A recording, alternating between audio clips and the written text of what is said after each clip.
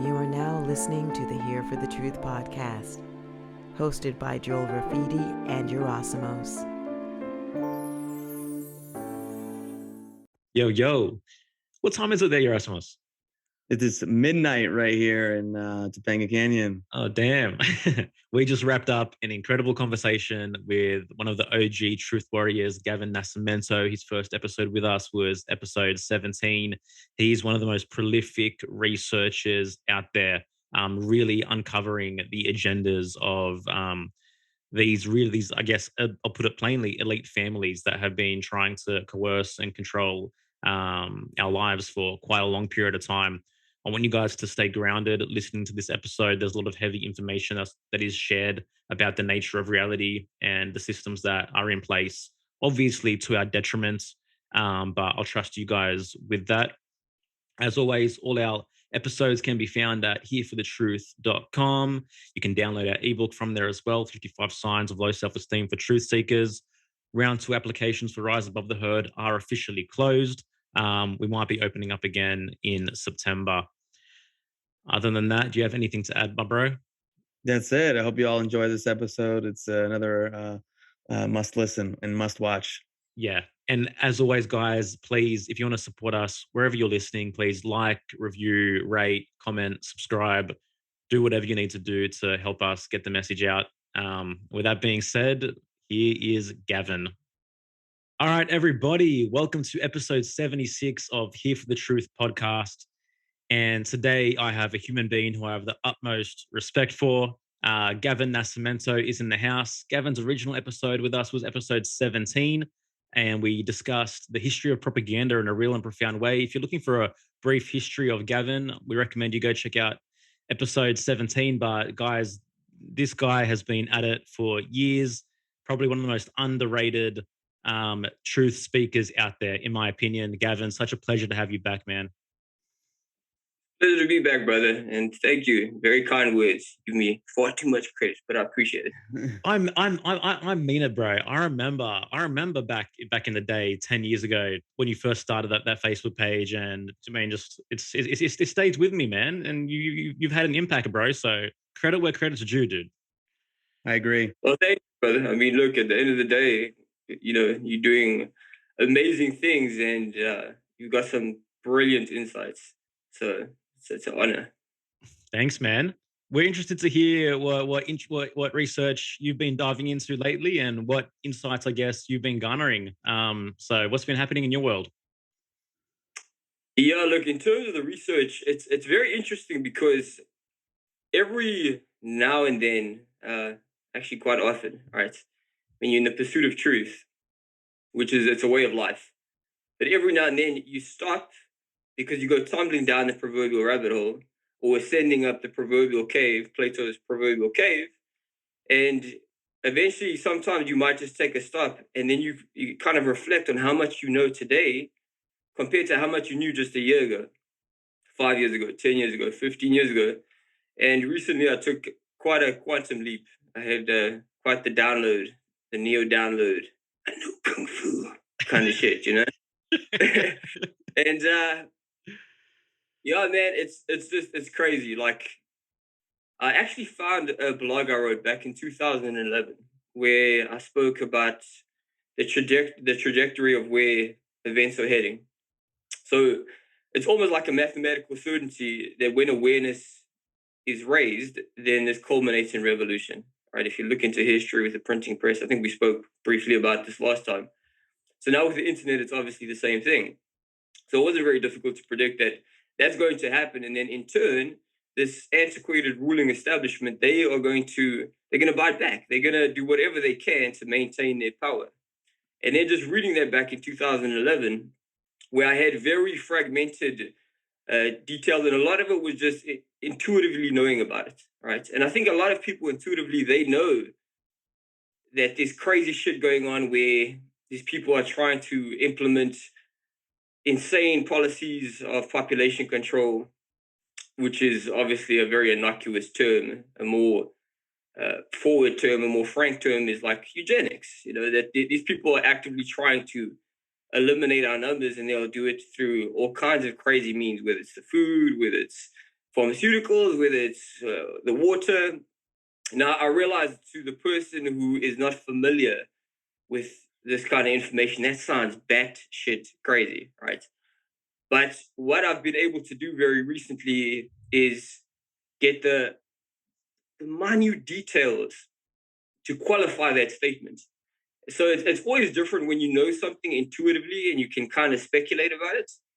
And then when you can give names, you can give dates, you can give incontrovertible evidence that shows, yes, for the past 120 years, there have been powerful families like Rockefellers, powerful organizations like the Council on Foreign Relations, and the Rockefeller Foundation, of course, that what they want to do is, yes, they want to either embark on massive campaigns of social engineering. The Rockefeller family are pioneers in social engineering. Yep. Or they want to implement major policies of population control, and they have resorted, or at least deliberated very seriously, on using sterilants in the water supply, on weaponizing insecticides. I mean, this kind of shit was published in a prestigious journal like Science in the past. You know, it's out there for the people that want to look into it. And then also just in terms of the system of world government, right? Intuitively, we all know, yes, kind of like the Hegelian dialect. You said you spoke to David Icke recently, right? He's somebody that often says problem, reaction, solution. I'm sure you might have even mentioned it in your interview. We all know about this on one level or another, but what I've managed to do recently with my research was find out just the very, very fine details, the names, the families, the organizations, in just the most appropriate context to be able to explain it to somebody who's completely credulous, who doesn't want to believe any of this shit. But it's once they are presented with evidence, they have nowhere else to go. And in that relation, I've managed to unearth enough information. Of course, I'm standing on the shoulders of giants, the people that have done, incredible, meticulous research prior to me. And then I've managed to piece certain things together, piece the puzzle together. But basically, that communist Russia, what we call initially communist Russia, the Bolshevik Revolution, the Communist Revolution, which you guys have probably heard of this, they were financed, of course, by the Western powers, by the establishment powers. Once again, the Rockefeller family is there as well. And then they used this threat, this inflated threat, to justify doing all kinds of crazy research, MK Ultra, just insane things, overthrowing different governments. And the reality is, well, there were large demographics within the US government and the Russian government that believed in this. At the highest levels, they were working together to implement world government. And then the exact same thing happened, but it was actually even more of a seminal event with Nazi Germany. And was really mind-blowing, because we all have, there's two schools of thought when it comes to what happened during World War II. We all know that there's something not quite right about the story. Yep. But there's two predominant schools of thought. The first one is that Hitler's just like the most evil fucking guy that ever lived. And don't get me wrong, the dude he's evil, man. He really is, no joke. But he's a student. I cannot stress that enough. This dude was a student of a much older, antiquated, and far more powerful and greater evil than he is. And then, of course, the other school of thought, which is equally radical and equally fucking absurd, is that, because, the first one is that he's a soul nut, right? He's always the soul nut, the single lone guy, just get rid of him and it's all good. The other one is that he's like some kind of hero. And no, Hitler is not some fucking hero. He was working for the system, and he actually just got played by the system. Yeah, man. In some of my research, I had come across the fact that he was heavily inspired by and funded by, American eugenicists in, the early 1900s. So can you talk a little bit about that? Yeah, sure. So it's profound, right? On every facet and every level, they actually empowered Hitler militarily, ideologically, everything, the whole nine yards. So just in relation to eugenics, first and foremost, before Hitler even came to power, before he rose to power, in the United States, a majority of states already had sterilization laws in place. Okay, this was before Hitler even came to power. These sterilization laws were spearheaded, and when I say sterilization laws, I mean like they mandate amongst themselves these elitist pricks, whether you can have children or not. So there was a famous case of a girl named Carrie Buck, where they gave her the pseudoscientific diagnosis of being feeble-minded. I shit you not. And then, I mean, in hindsight, we know that she was perfectly fine, but the evidence indicates that she was raped by this rich family's, so one of their family members, and then she got blamed for it. And shame, they took away her daughter, they sterilized her. And some of the most powerful people in the U.S. were behind it. Several presidents, Theodore Roosevelt, Woodrow Wilson, excuse me, just, these seminal figures. And then Hitler, of course, and Nazi Germany, they were actually inspired by what they saw taking place in the United States. There was, in fact, a guy by the name of Madison Grant. He wrote a book called The Passing of the Great Race. Pseudoscientific is fact, just nonsense. But where he basically stated, and it's so important that people understand this, because oftentimes eugenics gets portrayed as being this racist ideology. But racism is almost synonymous with like white supremacy. Mm-hmm. The fact of the matter is, eugenicists wanted to murder, of course, in their own academic terms and so on and so forth. They wanted to eliminate the gene pool of the overwhelming majority of white people too. It was people of color. It was lots of white people as well. In Virginia, they rounded up a bunch of them and they sterilized them. But yeah, with Hitler and Nazi Germany, and there was Madison Grant, he read this book, Hitler, and he actually came to refer to it as my Bible. It had a profound influence on his outlook moving forward. And this was an American, Madison Grant. He was very close with all the elitist families. In fact, there was a park named after him in California that just last year they removed the mantle. And on there, one of the people that donated that park to him was John D. Rockefeller, who was a close friend of him. A friend of his. Then another guy, and this is so important for people to understand because it's really just so mind-blowing, is that the Kaiser Wilhelm Institute, which today is the Max Planck Institute, this was bankrolled, heavily financed by the Rockefeller Foundation. In fact, if you look at the leading scholars on this particular topic, they will make it very clear that had it not been for the Rockefeller family's patronage, the German pseudoscience into eugenics would never have been able to take place. Never. Okay. So they were the ones that funded and they actually guided the research of the German eugenics and scientific establishment because back then, they were going through a Great Depression. A lot of people know about this. So obviously to conduct science, you need money. Who's got a shitload of money? The Rockefeller family does.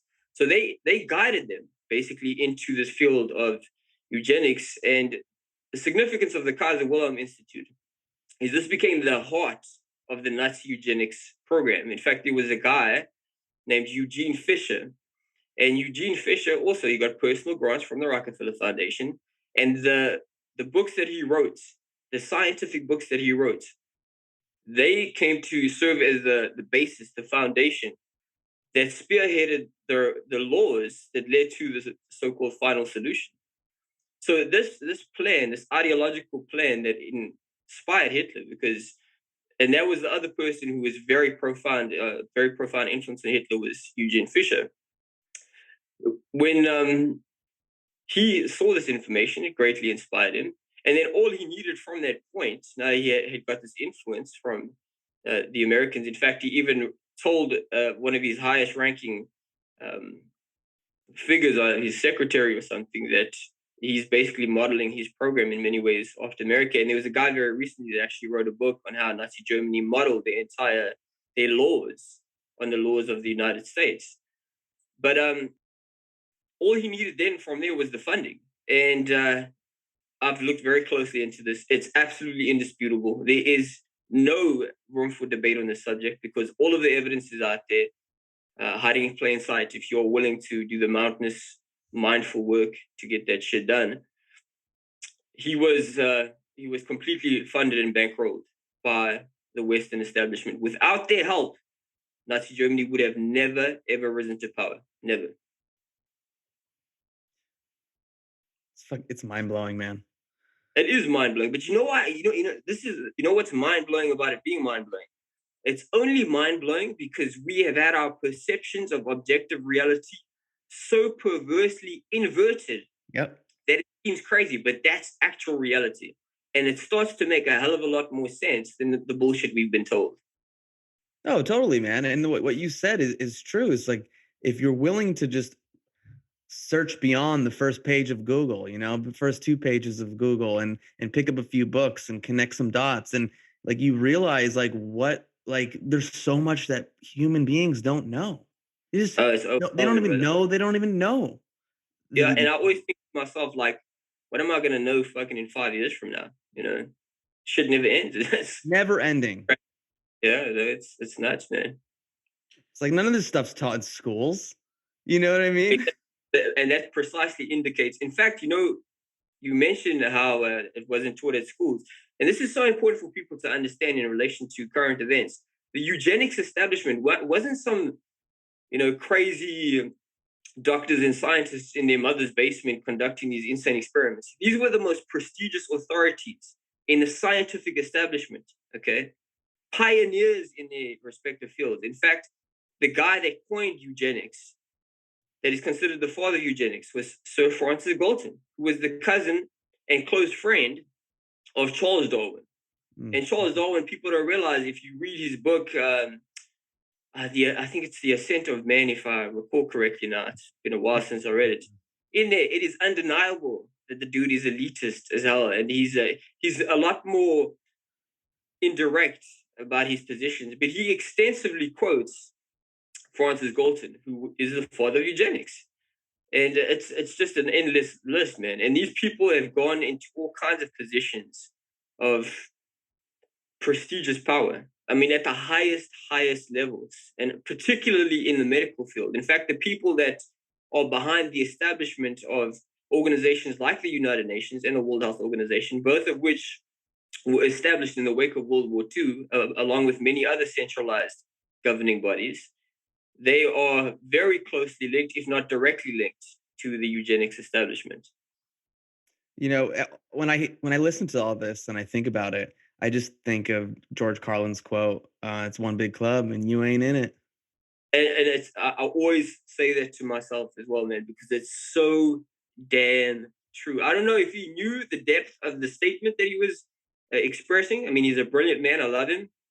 But it's so deep what he actually said, because this shit goes back hundreds of years. And in some countries, like with the black nobility in Italy, some of them, they claim that their descendants come from the ancient emperors of Rome, which is nuts. We can trace their lineage on paper for over 1,000 years. Even the House of Windsor in England, that's over 1,000 years.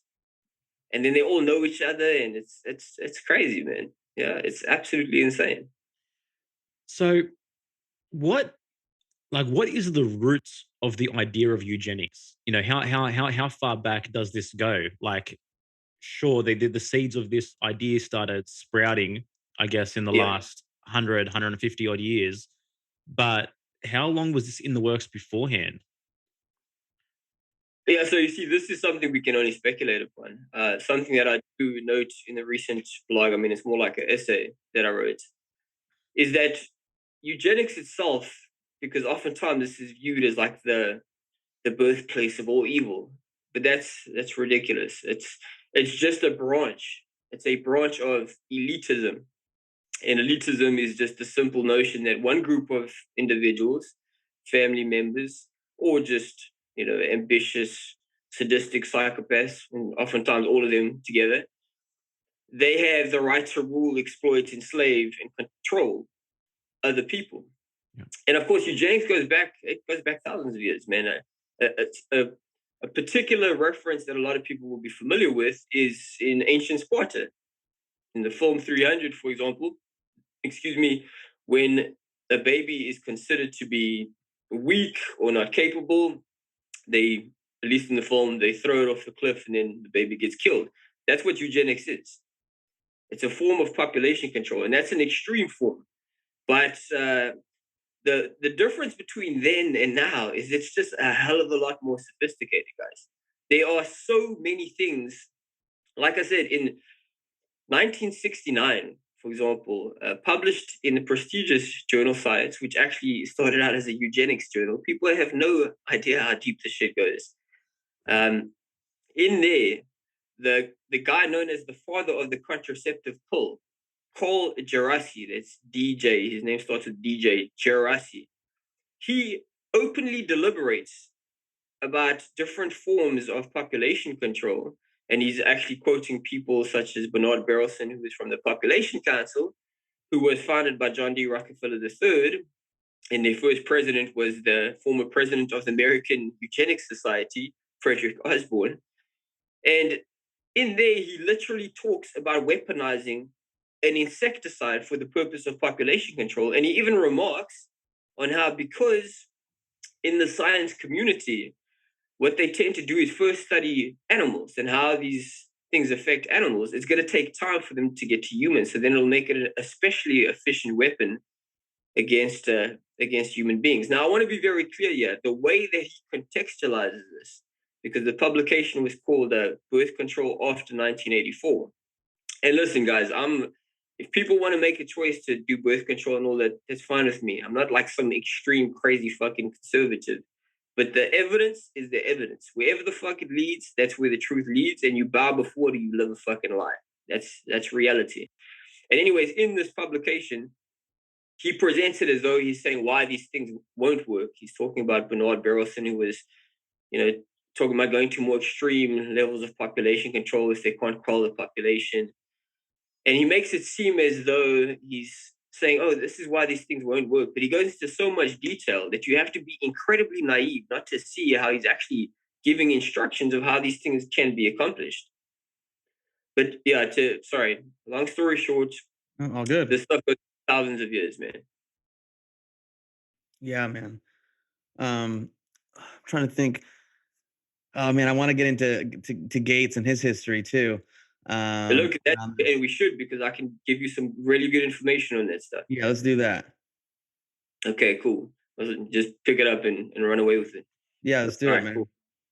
Okay, so with Bill Gates, to understand him, you obviously have to look at his dad, right? William Gates Sr. Now, William Gates Sr. was during Bill Gates' childhood, because he's actually an interview. I have the transcript with Bill Moyers. Bill Moyers, he's obviously, not some scribe within the establishment. He was a former chairman of the Council on Foreign Relations. In the interview, he asks him specifically, what inspired your interest in reproductive health issues, right? Like in population control. We didn't frame it that way, but reproductive health issues, family planning, they've got these colloquial terms that they use. And then he explains, he says, when I was younger, my dad was head of Planned Parenthood. Now, it's very interesting. The moment you go look up this, what you're going to find is that a lot of media outlets, establishment media outlets, they'll acknowledge that William Gates Sr. was with Planned Parenthood. But now I know when people, oh yeah, this fucking guy goes with Planned Parenthood. Planned Parenthood's first three presidents and its founder were all devout eugenicists. And I'll get into that briefly in a moment. But the significance here, first of all, the establishment media still covers it up. So you go to all the fact checkers and they're like, oh no, he was never a chairman or something like that. But Bill Gates made this claim himself. Now they do at least acknowledge that he was with Planned Parenthood, the establishment media outlets. But I find it interesting because you don't find any dates. They don't mention the dates that William Gates Sr. was involved with Planned Parenthood. But if you listen to the interview from Bill Gates and you just use a little bit of elementary and reductive logic, you realize, because he said that he was a kid, that they would sit around the table and his mother and his father, they would have very adult, mature conversations with him about the work that they were doing at Planned Parenthood. So if you put your thinking cap on a bit, and I can't remember his precise date of birth now, but the way that it works out is that Gates Sr. was involved with Planned Parenthood during the 60s and early 70s, because after that, Bill Gates is 18 years old. And he's making it clear that he was a child. The significance of this is during that time, Planned Parenthood was under the directorship of a guy by the name of Alan Guttmacher. Alan Guttmacher was a devout eugenicist. He had a high-ranking position in the American Eugenics Society. He also I can't remember the ridiculous name of this organization, but it was something like the Better Breeding Association, another eugenics outfit. And he would speak. In fact, I found a news article. I've got a lot of good information on archive.org because that's the best place I know of that you can find information or save information. You can archive information without censorship. It's almost like the proverbial library of Alexandria. And I use that term specifically because Alexandria burnt, and they will eventually go after archive.org. But I've got some really good info in there right now.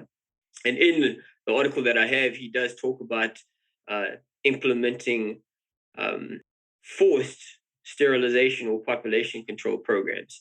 Then, in addition to that, during the 60s and the 70s, there were other eugenicists. In fact, one of them in New York Times is very, very frank, this individual, and he says, look, what this is about, what us engaging in this birth control movement is all about. And again, if people want to take birth control, that's fine, man. I don't give a fuck. And at the same time, like, I'm somebody, in extreme cases, I think that women should have a right to do an abortion, man. If a woman gets raped, for example, who the fuck am I to tell her that she has to have that baby? You know, I think there's a lot of discussion about all that needs to take place.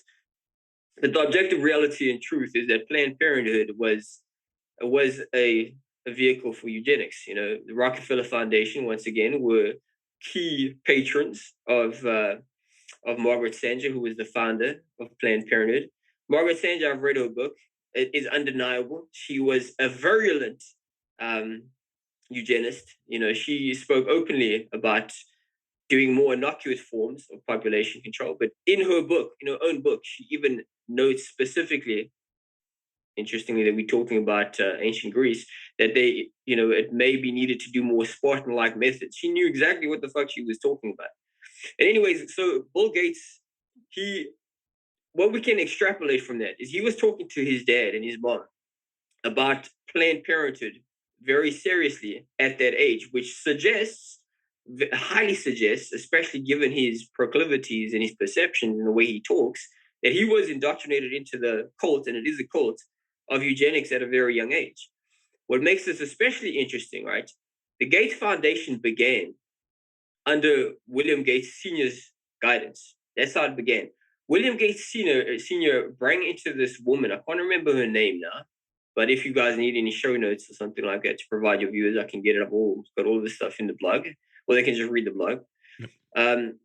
This woman was also heavily involved with Planned Parenthood, and he noted that when he got together with her, because they were the ones that actually established the Gates Foundation together, what brought them together was Planned Parenthood, the work they did together in Planned Parenthood. She very quickly puts him in touch with this other guy. Man, I can't remember the damn organization he comes from.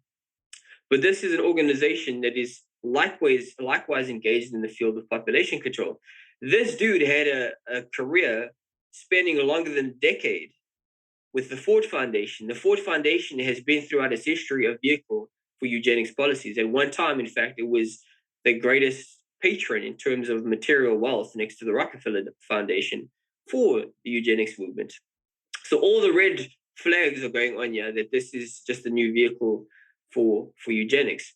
Now, in addition to that, if you read William Gates Sr.'s biography, his autobiography, he even mentions in there how he was specifically inspired by the Rockefeller family and how they stick with certain problems for generations and generations. James Corbett of the Corbett Report, he actually made a really good documentary that goes into some of that history about Bill Gates.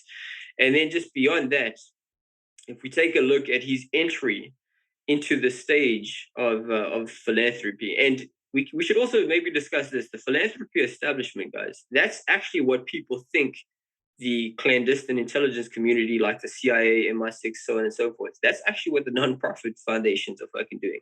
They are the vehicle, they are the favored vehicles of the establishment.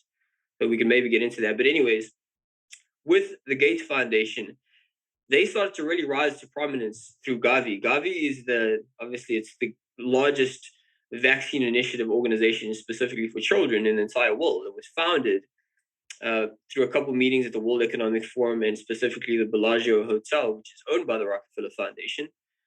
And there, what people don't know about this issue, because they don't openly talk about this, which is I find very interesting. And the Rockefeller Foundation, the Rockefeller family as well, they are not they don't feel the need to show their peacock feathers. It's really interesting how they operate. They are more than happy to be completely away in the shadows and let other people take credit. And then historically, it becomes a bit more difficult to find their role. But within Gavi, they played an absolutely paramount role.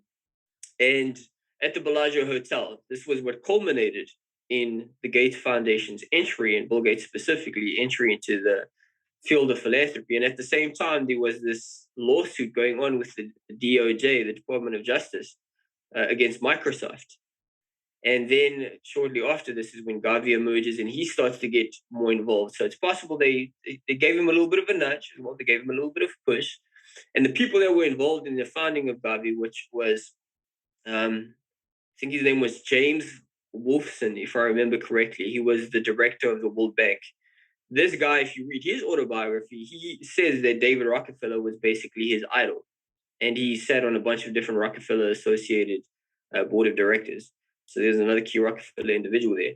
The other person was from, I can't remember if it was the United Nations or the World Health Organization. That same year, the Rockefeller Foundation gave them a massive grant, and it was a grant where they specifically said she can do whatever she wants with it. So that's kind of like, there's another nice little connection there. And then the last person was from, might be the World Food Program, I can't remember, but they also had a Rockefeller connection. So what we see is Bill Gates in his earliest beginnings, and there's a lot more details, I'm probably forgetting stuff now.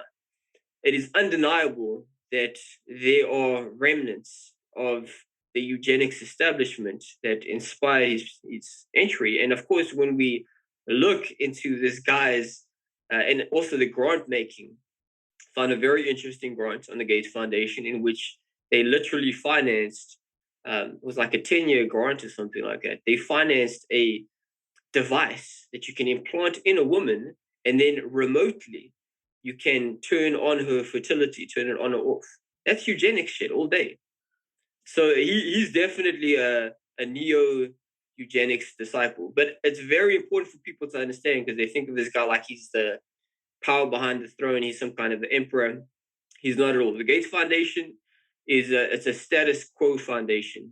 The Rockefeller Foundation, that's a pioneering foundation. So they did things that had never been done before. They were key in social engineering and the social sciences.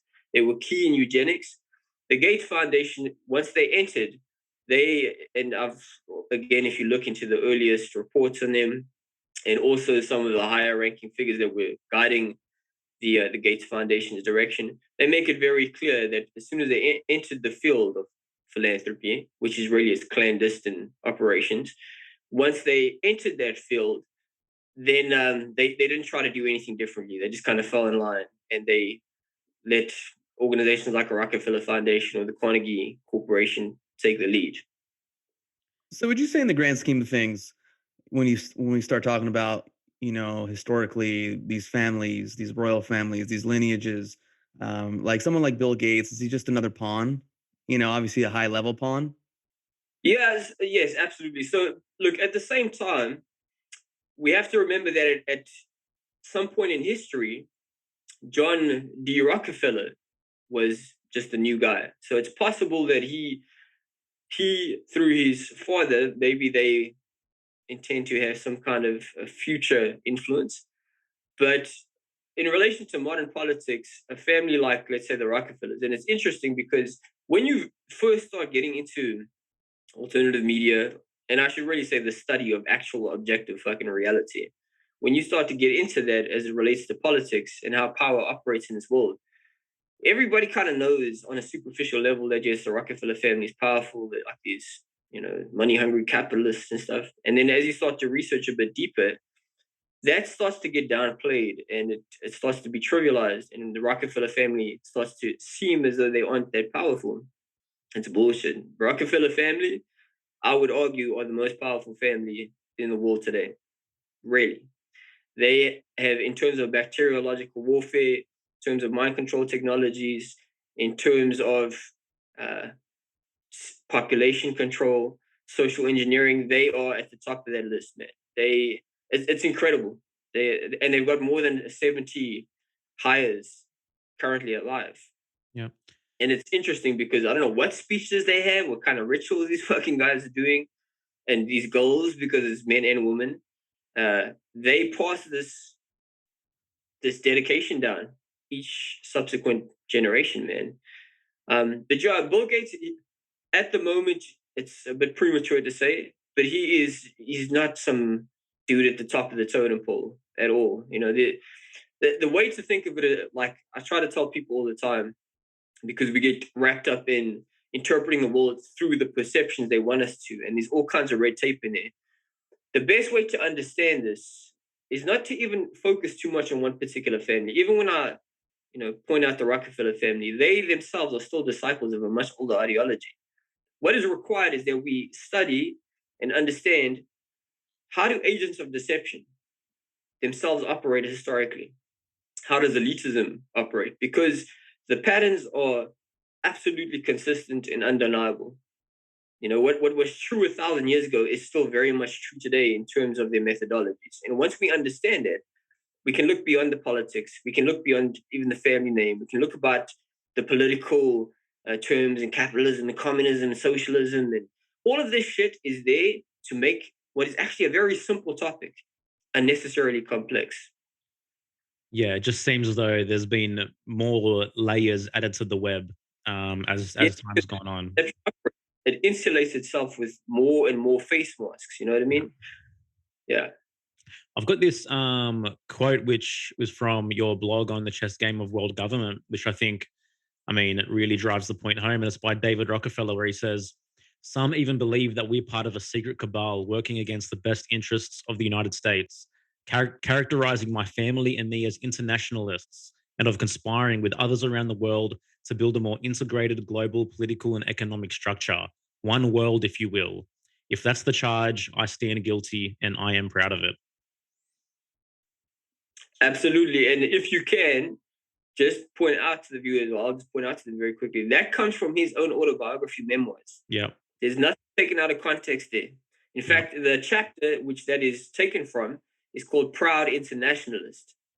And David Rockefeller, man, that dude is one of the big boys. He's one of the big players. He's an old, let's not give him too much credit, Jay. He's an old, he's dead now, good for that shit. But, and unfortunately, even though he is dead, his ideology lives on. So it's kind of pointless. That's why it's, we get hung up on these families and stuff, but the ideology continues. But, yes, he's powerful. These are very influential figures. But if you strip them of their serpentine, deceptive ways, their efficiency in propaganda, their hoarding of occult knowledge that they then weaponize against the rest of us, if you strip them of that, what is a David Rockefeller except for a fucking old man that I'm pretty sure my 4'11" sister could whoop, right? That's the context we need to also keep in mind, because, and you're actually very good at this, Joe. I've seen you point out how people within our community, and there's different pockets and demographics within that community, but a lot of them, they get the rope and they hang themselves. They say, oh, the system is so powerful, it's immortal, and we can't contend with it, and we can't overtake it. And that's nonsense. Their power system historically has rested on the most frail means of staying in its position, which is deception. Deception is a finite power, man. And it's in convincing people that most people overwhelmingly share the same principles. They're decent human beings. They don't want to hurt little children and drop bombs on people and do these horrible things and give people cancer and shit like that. Most people don't want to do that. So once people become aware of that, then their power system, which rests on the illusory disguise that they are humanitarians, that's a very, very, very insipid foundation to rule an entire empire that envelopes Earth. So it's just a matter of time before they are overthrown in their context. And I just wanted to point it out quickly because, as you very brilliantly noted a lot of the time, people are self-defeating, man. And that's 101 of psychological warfare, guys. Conquer the enemy psychologically so you don't have to do anything. 100%, man. They've convinced everyone that they're powerless, and they've spent hundreds of years conditioning people to have low self-esteem on the most basic fundamental level. That's what Maybe it is. maybe even fucking long because we don't know the human story. Yeah. Far back the shit goes. Yeah. I mean, like just what I sense, I think it's an incredible time that we live in. I think people have more opportunity now than ever to really discover what they're capable of and discover how powerful they are. But the problem is that we've spent so long conditioned to be reliant on all these systems built around us that we've never really had the opportunity to figure out how to do things properly by ourselves and walk our own path and really discover how powerful we are, you know. But I think more than ever, people are beginning to wake up to that reality as well and walk their own path because I've said this many, many, many times on this podcast, but people are realizing that there's just no point even trying to negotiate with Babylon anymore, with the system anymore. It's a hard no. It's a hard. I'm not taking part anymore because obviously you're trying to fucking kill me. You know, it's as plain and simple as that. They're trying to kill us, man. And they're going to resort to different methodologies. They differ in their positions and how to accomplish this, but they are pretty much unified in killing us, in controlling us. Okay, let me say controlling us. Yeah. Yes. Not all of them want to kill. A lot of them just want to pacify. Yeah, pacify, whatever it is. It's a systematic. The psychopathic ideology. Yeah. Absolutely. Yeah, and it's an intentional, systematic regression of humanity, which they're trying to implement, for sure. And the thing is, evidence is mountainous. Nobody can argue with that shit. Yeah. So this might be an obvious answer, but how in your research does eugenics show up today? You know. Right. So, first of all, if we look at what's going on around the world today, this is absolutely pseudoscientific. Unfortunately, people are so polarized in their perceptions of what that means that a lot of people will shut down immediately when they hear that. I'm sure your audience is fucking more open-minded to that understanding because they've done some research.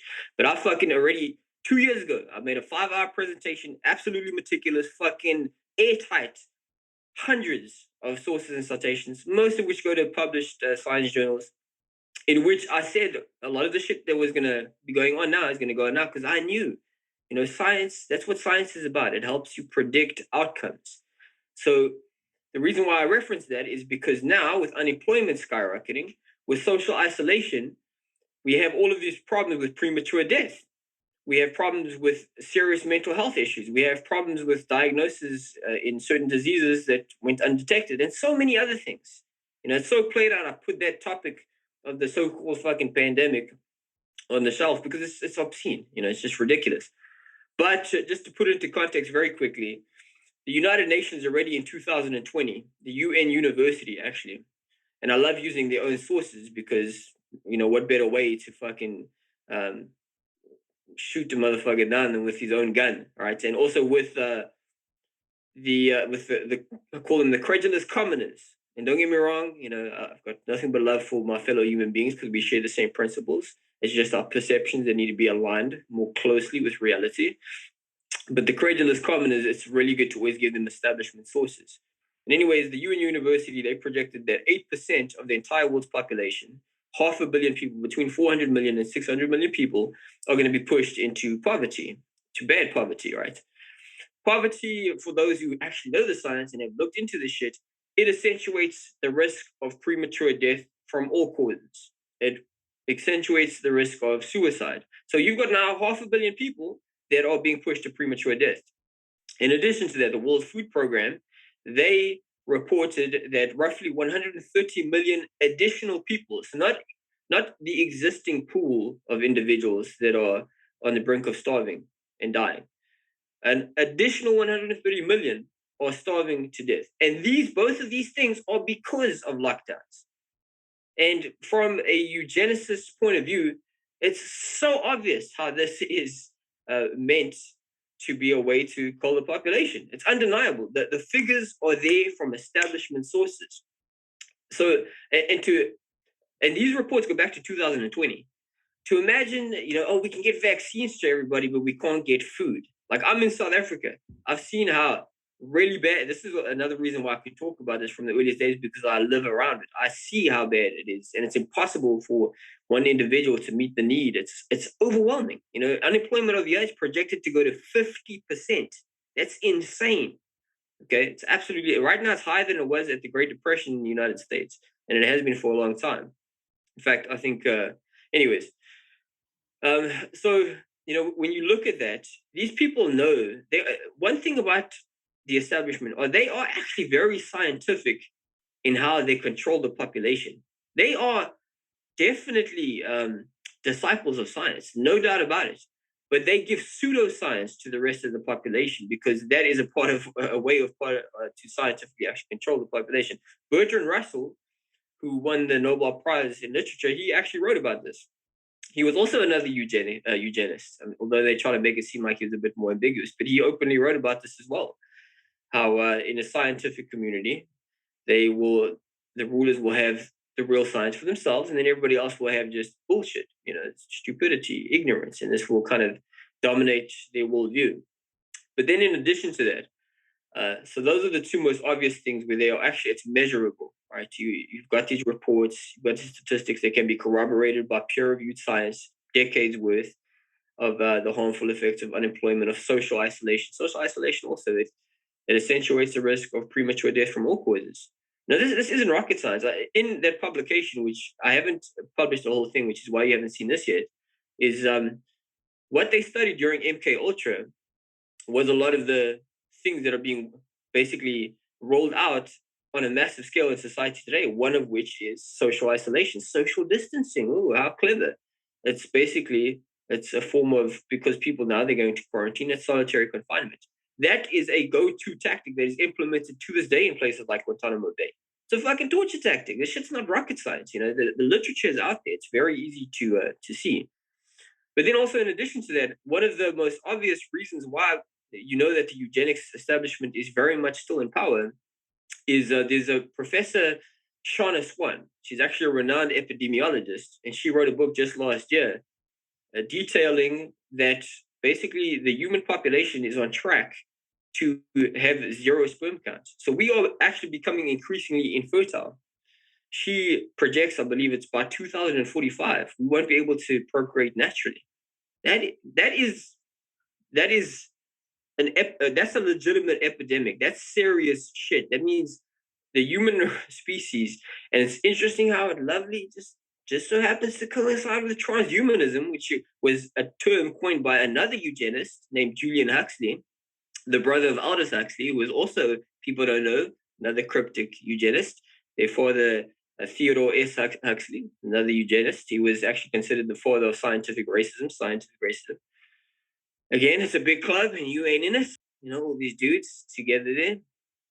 But what she found was that the chemicals, man-made chemicals, are overwhelmingly to blame. She also said that atrazine, which at one time was the most ubiquitous insecticide in the water supply, which in 2017, I pointed out how this is promoting shit like gender fluidity. It's making people confused about their gender because that's what the research indicates. Everybody freaked out.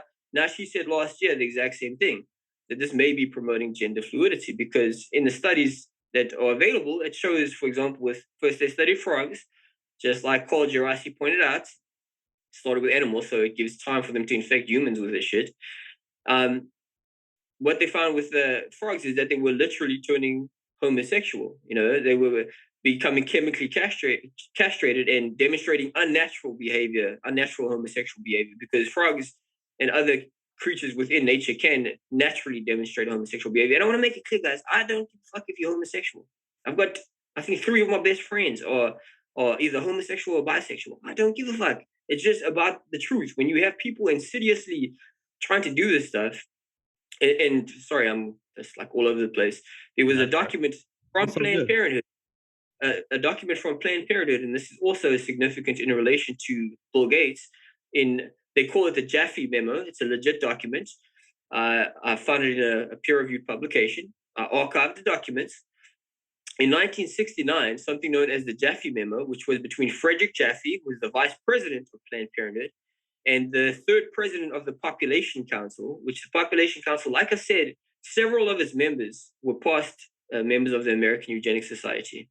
The president itself was Frederick Osborn, a huge figure in eugenics, and it was founded by John D. Rockefeller III.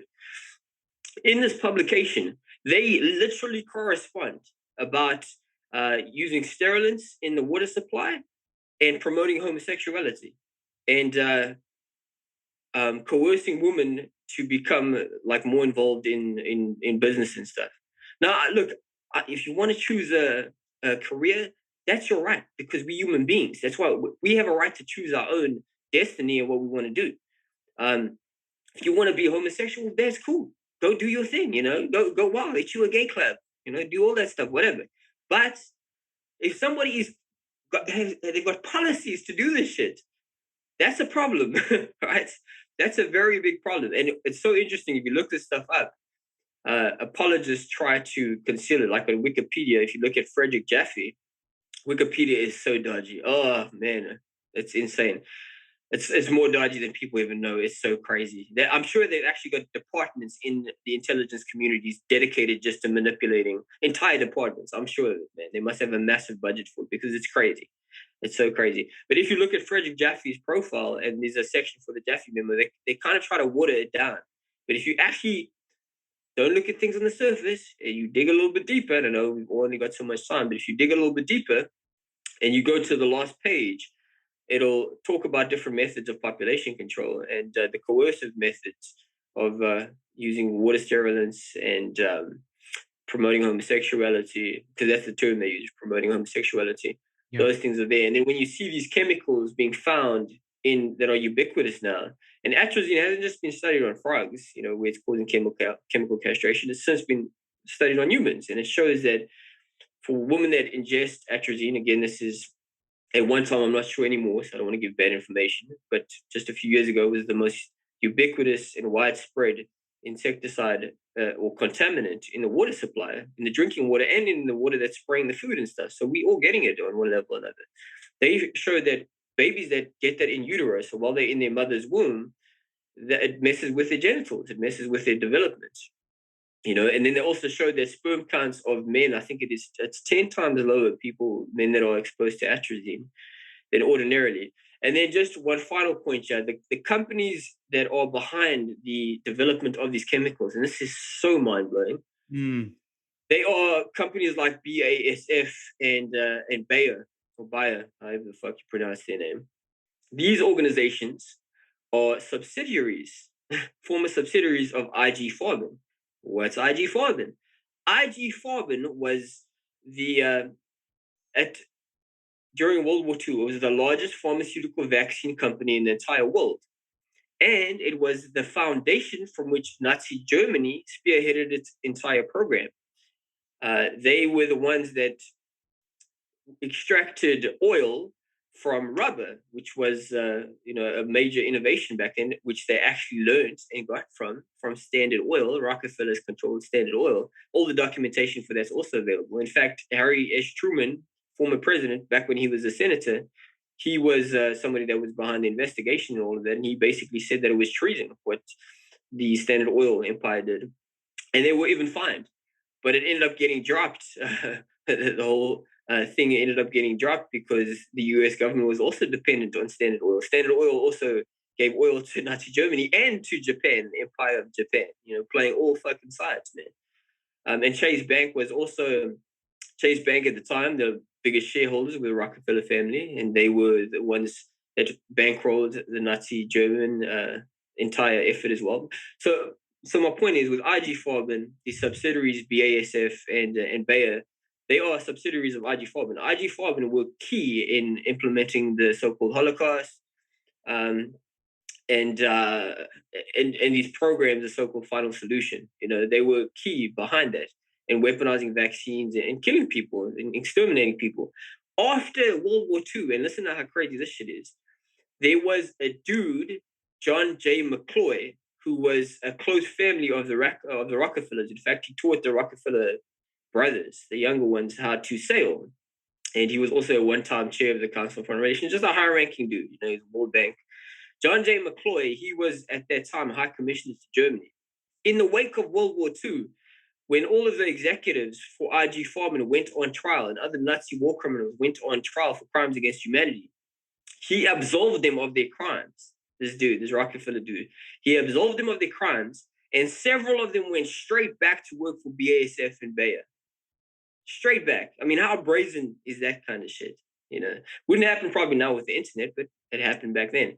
So when you see this going on now, that the human species is literally in a position where our survival is in question, and the evidence is undeniable. It's there. Shana Swan, she is a very highly revered, highly respected epidemiologist. This is a medical expert, and she lays it out there. There's nothing controversial. They haven't come to cut out her feet from under her just yet. Even if you can't say, it's undeniable that this is the result of eugenics, if you really want to be ridiculously naive and incredulous about it, it's still wise to caution on the side of, or to err on the side of caution and say, wow, there's too many coincidences going on here. Well, listen, when you think about these ideas and how long they've been around, it's not like they just go away.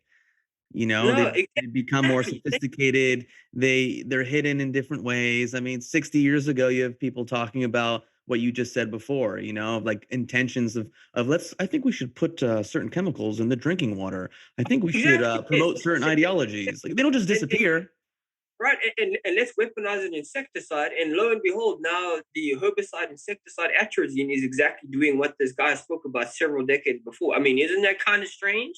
Yeah. What a coincidence. What a coincidence. But no, the establishment loves us. They had to protect us. They wouldn't do anything to harm us. And what you said is so pertinent and relevant for people to understand. This ideology, the Rockefeller family, eventually they are going to go. Maybe it's several hundred years from now, 1,000 years from now, whatever it may be. The Gates Foundation, even Bill Gates, once their usefulness has been extrapolated and it's done with, then they'll likely be gone too, or just through natural occurrences, whatever. But the ideology, the insane ideas, the laws that get implemented that take away more of our freedoms and make us ever more so their guinea pigs. This stuff is much longer lasting, guys. It's potentially infinite. And the only way it's going to get undone is when we stop playing this, when we step up, we level up from being the chessboard pieces, for being the pawns on the chessboard that get moved around and, oh, you left wing, oh, you right wing, and not doing shit except for kind of dividing ourselves amongst one another. Until we get to the point where we say, you know what, we share the same principles, but there's an elitist element that has dominated throughout the human story. And clearly history indicates that this is a much greater threat. And right now we are literally faced with our own survival. You know what I mean? Like future generations. I have a son. I know, Joel, you have a son. I don't know if you also have a child, brother. Actually, I know you've got, I think, a son and a daughter, right, Joel? I've got 2 daughters. Oh, you got 2 daughters. Good for you, man. I know, awesome, brother. So that gives you a new dimension as well. Like in this fight, it gives you a whole new dimension as well. Now we're like, they never chose. I mean, who knows? Maybe we don't know how it all works. Maybe they chose to come to this world at this crazy time. I don't know. But I mean, in terms of what we can measure, they didn't choose to come into this world where now they have to contend with these insane, sadistic pieces of shit. And that ideology needs to be contended with. It needs to be exposed. And we need to dedicate the bulk of our efforts towards that, because the beautiful thing is it removes the political element from it. Oftentimes they use politics, obviously, to divide us. But if we can always find a way to move beyond that and say, look, this is what it says. Yeah, this is what the evidence shows. And eugenics, in their way, what is particularly useful about the topic of eugenics is it's an excellent way to show people how ubiquitous this ideology was, and how philanthropist organizations, so-called charities like the Rockefeller Foundation, the Ford Foundation, the Carnegie Endowment for International Peace, or the Carnegie Corporation, which is another one, and many others, how we have been told historically that they've done these beautiful, amazing things. In fact, they've done horrible, terrible, unspeakable things. And when people can see that at least starts to open their mind to the possibility. Yeah.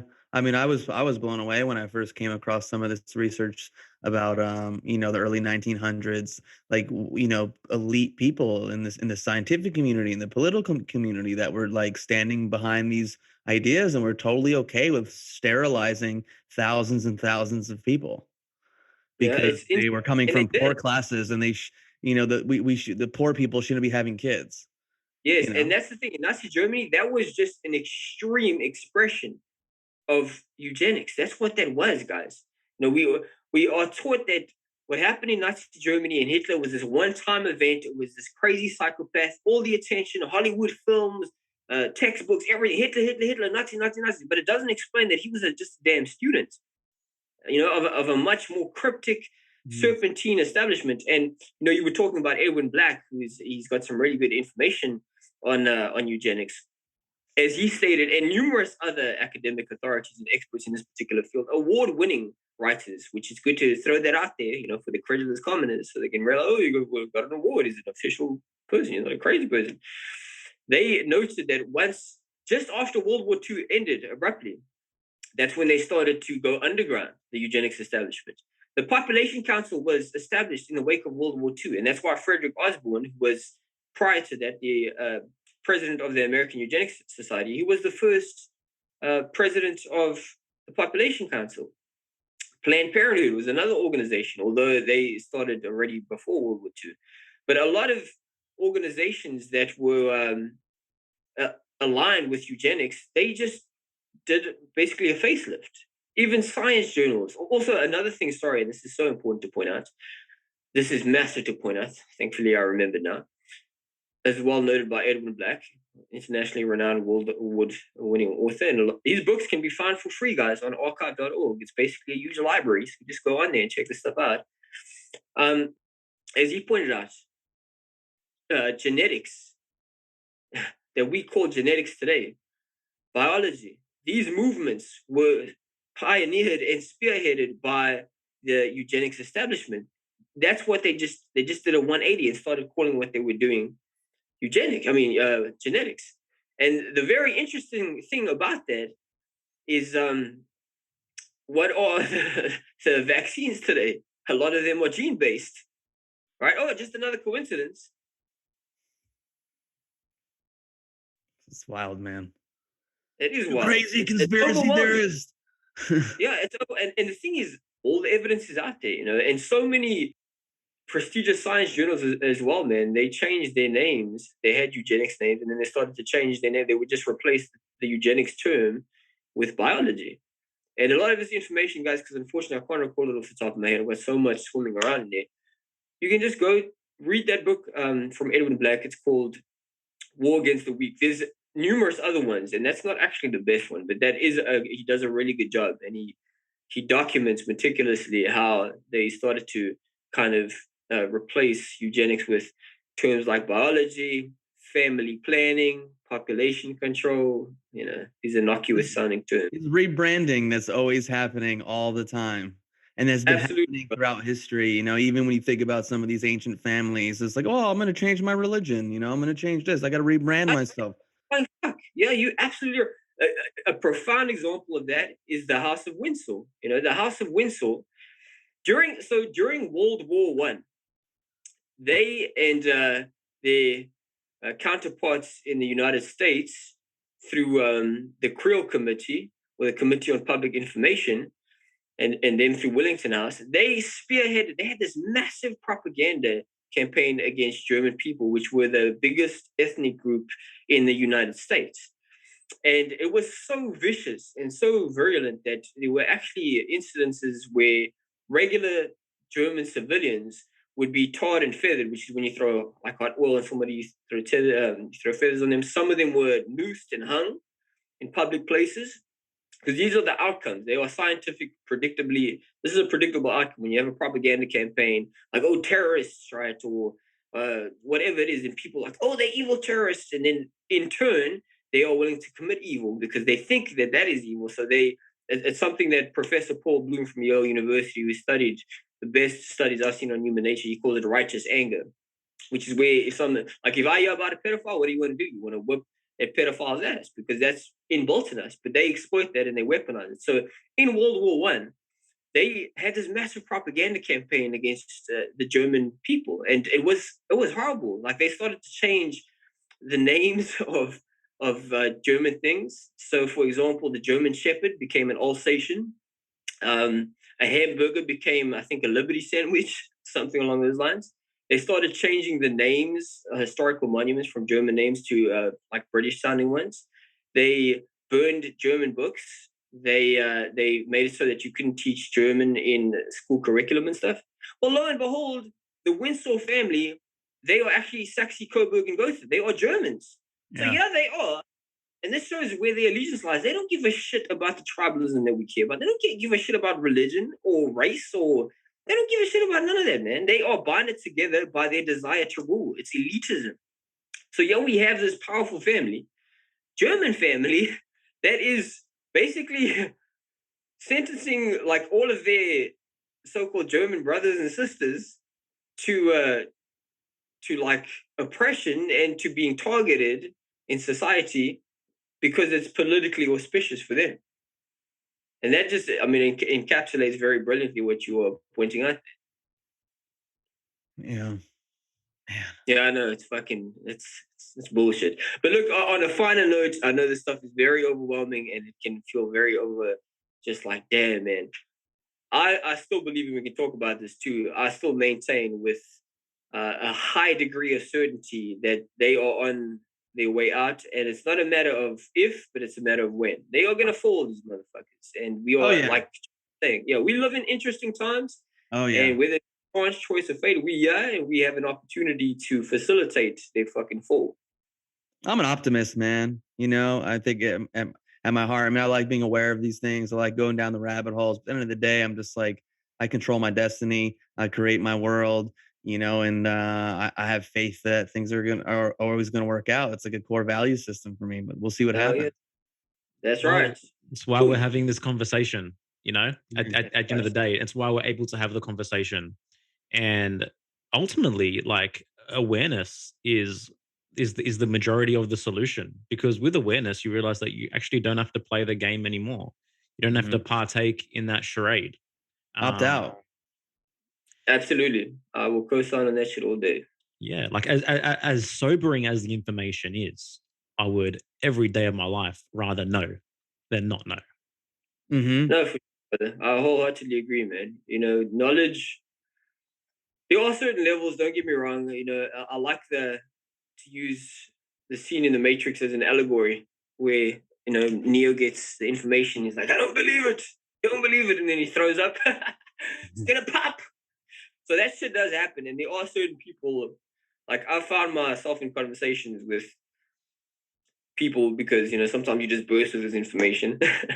With some people that they don't need to be hearing this kind of thing. Like, it's very daunting and overwhelming. So I think there are certain ways to as well deliver it. You know, unfortunately, within what we do, you guys definitely aren't part of that demographic, fortunately. But within what we do, there's no shortage of people that think they're doing this great, fantastic job of giving people the truth, but they are also fear-mongering. And in that particular context, fear is just as counterproductive, if not even more debilitating, even if not more dangerous than fucking ignorance. Because now you got a fearful person running around, and that's like a weapon. Fear is a weapon. I think it's so important that, you know, Joel, what you were saying, that awareness is the majority of the struggle. Absolutely. It is 99% of the struggle, I would argue.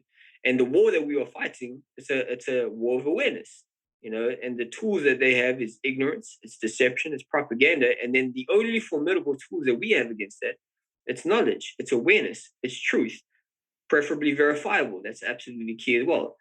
And then when you have that, you can successfully fight this war. But you get these people that think it's, you know, physical confrontation, and they fearmonger, not realizing, fear is also one of the weapons, thinking that they, you know, let me do this. I'm giving people the truth. Doesn't matter. No, you've got to also have a certain level of delivery.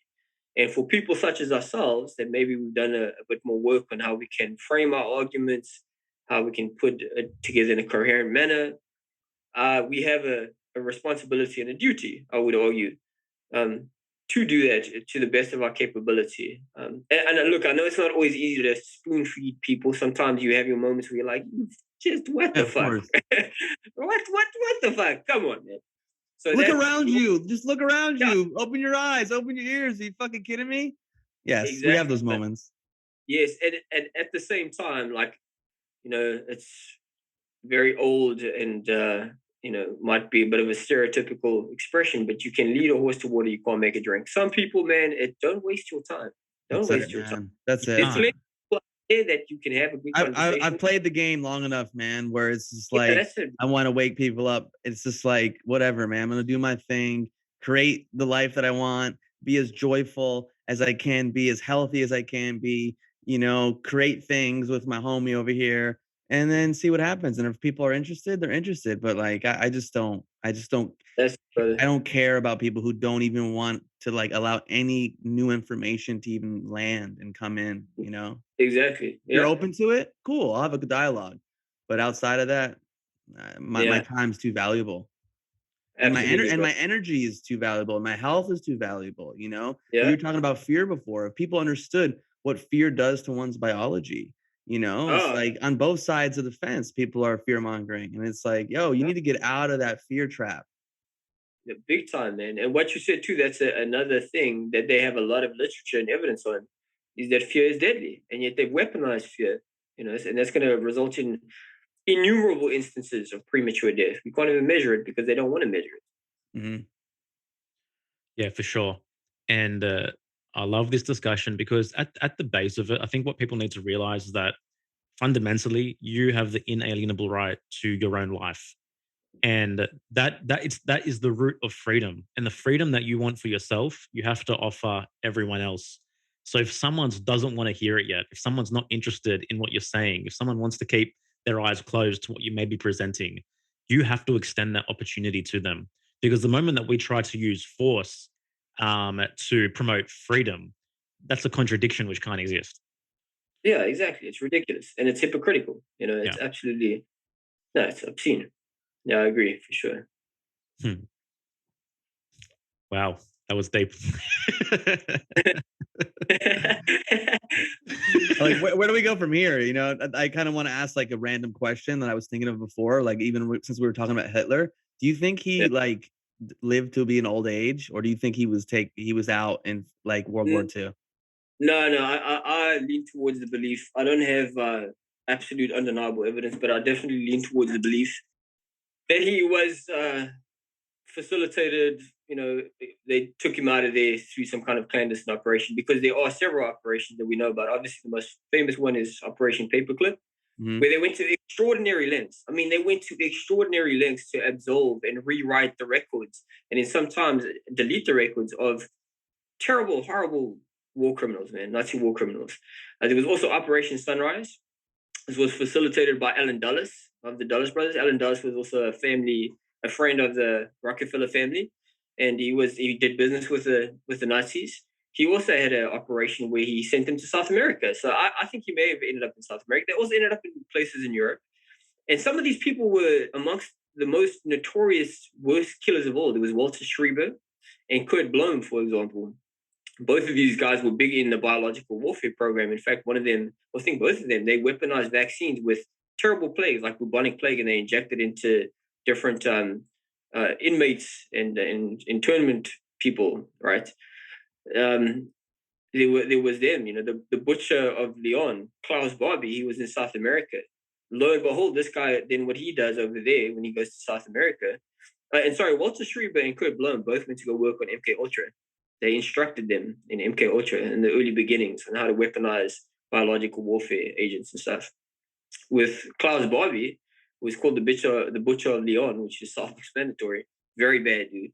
He went to South America, where he basically, during Operation Condor, which was a CIA operation, this operation was spearheaded by Henry Kissinger, Nelson Rockefeller's protege, another member of the CFR.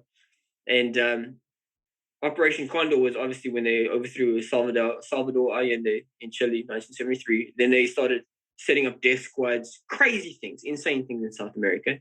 Lo and behold, these death squads and some of these dictator governments, as in the case with Klaus Barbie, they are now being instructed by Nazi Germany war criminals.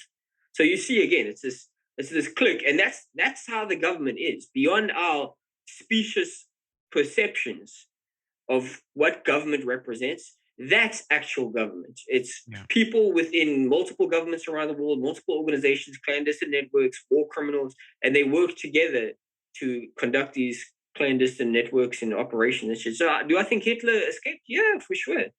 He played his role. He was being financed by all the major guys, the executives from IG Farben.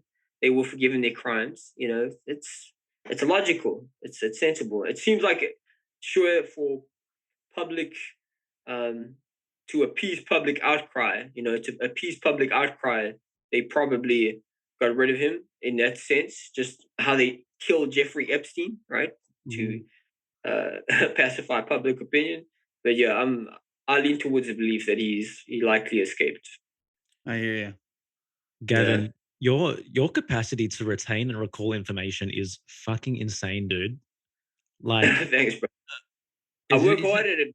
This is the war fight. This is the war that we fight. It's about awareness. It's about information. Knowledge.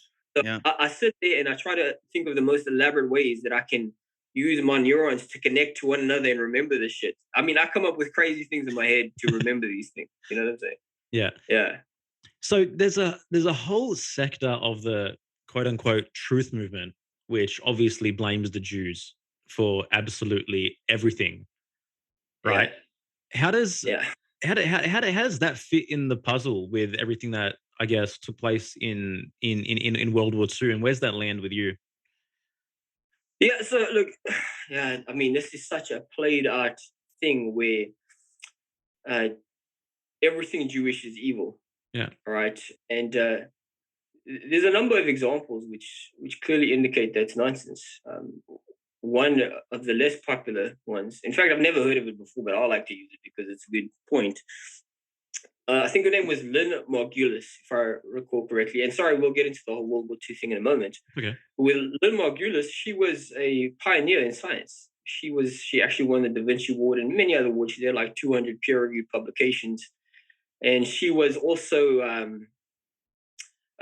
compared to Charles Darwin in her importance in the field of science. So that gives a little bit of context about who we're talking about here.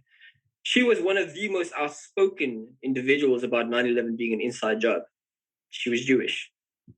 So, I mean, when you have examples like that, immediately it shows how ridiculous it is to say, like, all Jewish people are evil and so on and so forth. In addition to that, in Nazi Germany, I know there's a lot of speculation around this. Massive amounts of Jews were murdered, guys, but also other races and other cultures as well. That's something that's often overlooked. Also, millions of other people. Is there a lot of propaganda surrounding it? Is it taken out of context? Are the numbers even potentially inflated? Yes, there may be possibilities there, but it's because they're using that to, based on my assessments, based on what I would consider to be a vantage point. I've climbed this mountain of information.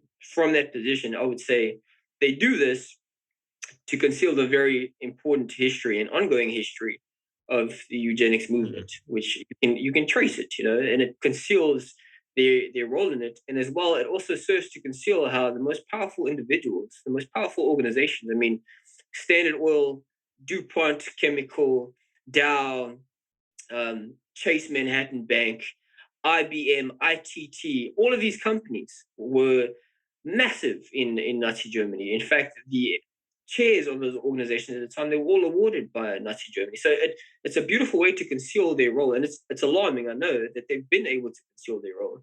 But in this way, the average Jewish person, guys, is just as much a victim of Jewish elitists as anywhere else. In fact, the guy we were talking about earlier, Madison Grant, he was financed by one of the Warburg brothers, or what is it? The Schiff family. Sorry, it's a Jewish family, guys. And Madison Grant was virulently like anti-Semitic, legitimately. Hitler as well. He received financial help from the Warburg family.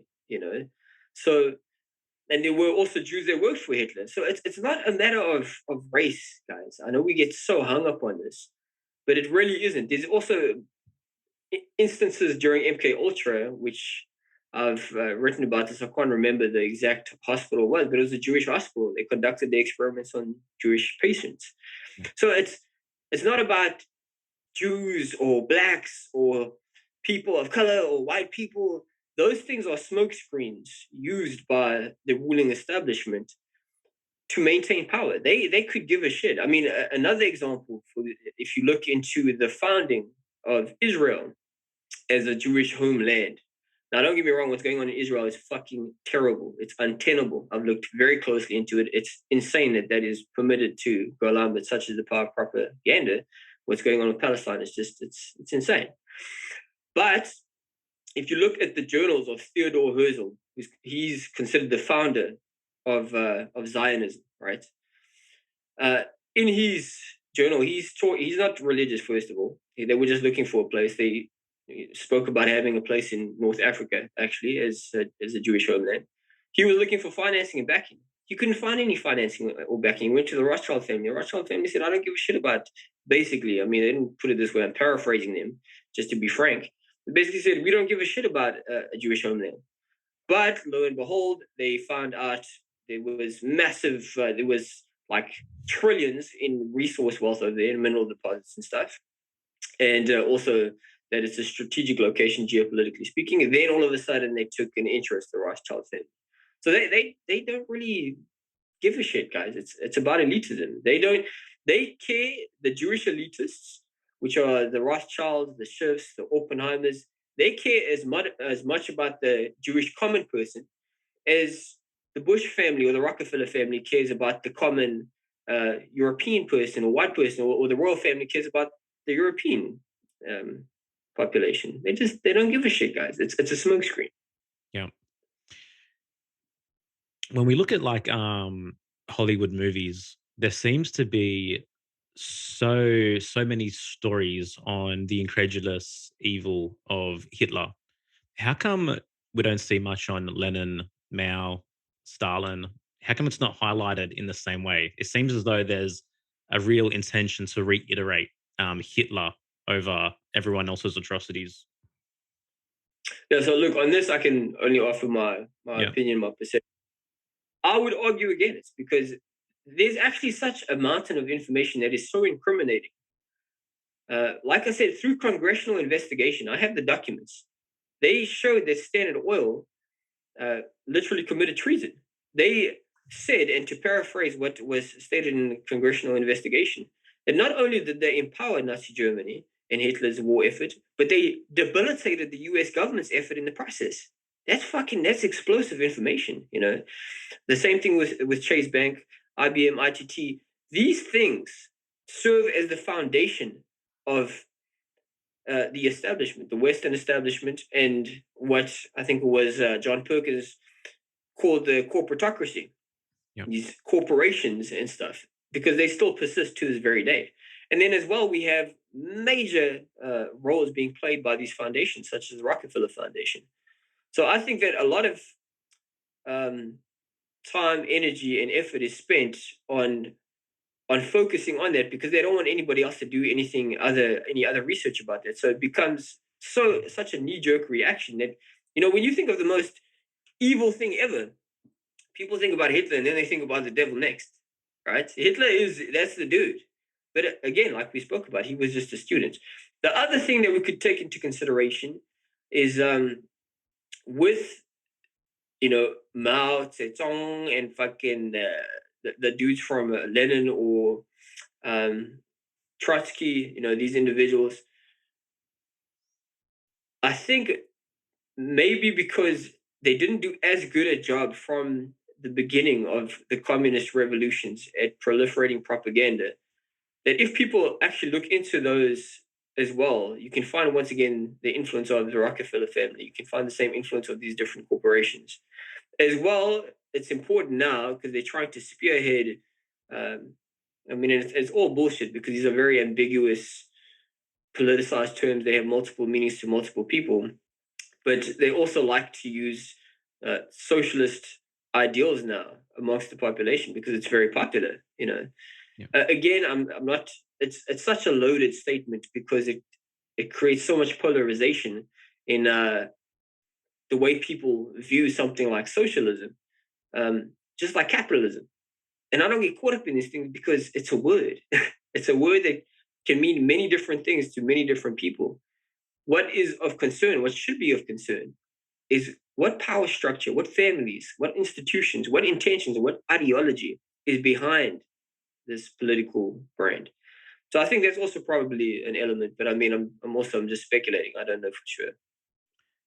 Yeah, I tend to agree because, like, obviously, the base of a lot of these ideologies essentially is this whole idea of collectivism, and what is collectivism other than exalting the interest of the quote unquote group above that of the individual, and diminishing the notion of the individual as a lesser subject against the group.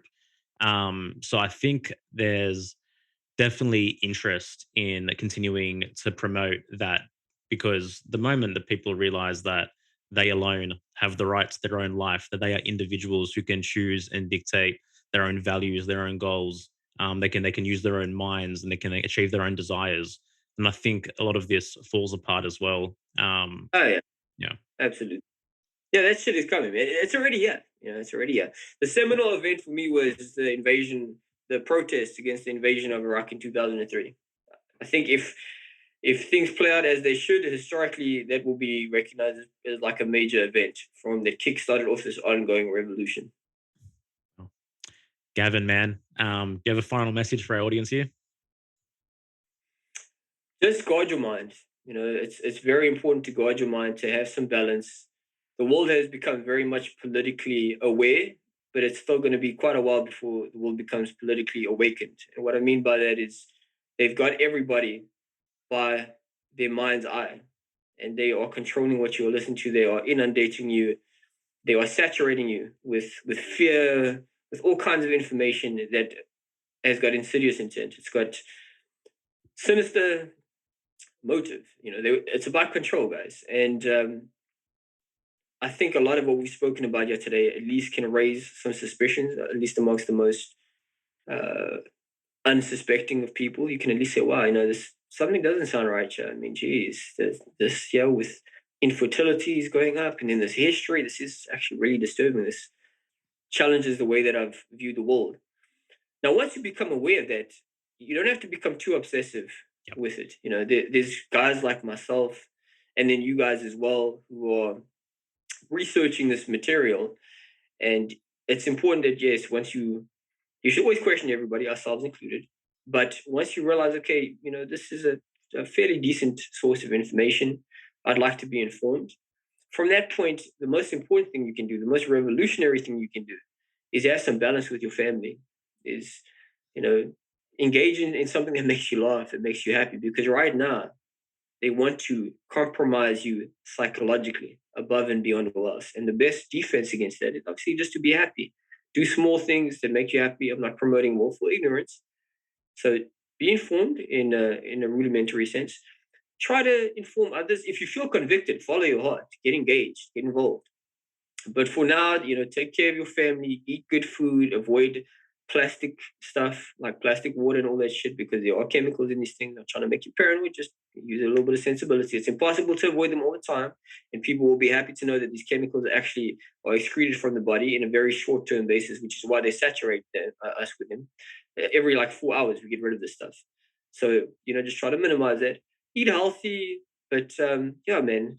Long story short, physically, mentally, spiritually, focus on yourself. You can't pour from an empty cup. Well said, brother. Love it, man. Bro, how can people support you in this in this ongoing venture of yours? Look, I've been working a lot on a course. I realize there's another dimension to what's coming here. It's actually going to be a course in identity, in human identity and purpose. Great. Because it's not just the next frontier. It's happening obviously right now. But I'm torn between whether I'm going to do a course or just start doing seminars, because I have such a high standard. It can take me a long time to do these things. So I try to meticulously source it in an infallible way. So I'm torn between which one I'm going to do right now. But I am on Patreon. obviously, Joel, thank you so much for your support, my brother. I appreciate it. And on there is where I kind of actually provide my rough drafts, because I edit these things, but I provide information first and foremost to obviously my supporters on Patreon and Subscribestar before anywhere else. And I'm about to get done with basically a blog that has taken me like half a year to write, and it's taken me many more years to research all the information. And if you read that, within there, it basically gives you, at the risk of sounding a bit a bit ridiculous, it gives you all the information that you need to understand what's been going on in this world for the past several decades, how global government works, how the system works. And rather than giving you ideologies to point the finger at, or giving you political parties to point the finger at, or anything along those lines, it gives you actual families, it gives you actual names, it gives you the actual organizations. And these are institutions and families that are still in power to this day. And they definitely need to be scrutinized a hell of a lot closer. We need to start, standing together, and as expressed in the Hunger Games, that we remember who the real enemy is. Bro, thank you so much for who you are, for what you do. And your Patreon is an invaluable source. I highly recommend everyone to go and subscribe there. And it's also way too cheap, if I'm being honest. I agree. So get on board and support the brother, and we'll see you next time. Thanks, guys. Hey, thank you guys, man. Much love. Smoking mirrors, I'm seeing through the illusion. Waking up in a time, they think you're in a delusion. Somebody set the alarms, cause they be too busy snoozing. I'm in a DeLorean, fast forward in evolution to a place where we can share our confusions. Yeah, 450 BC, I'm sharing tea with confusion.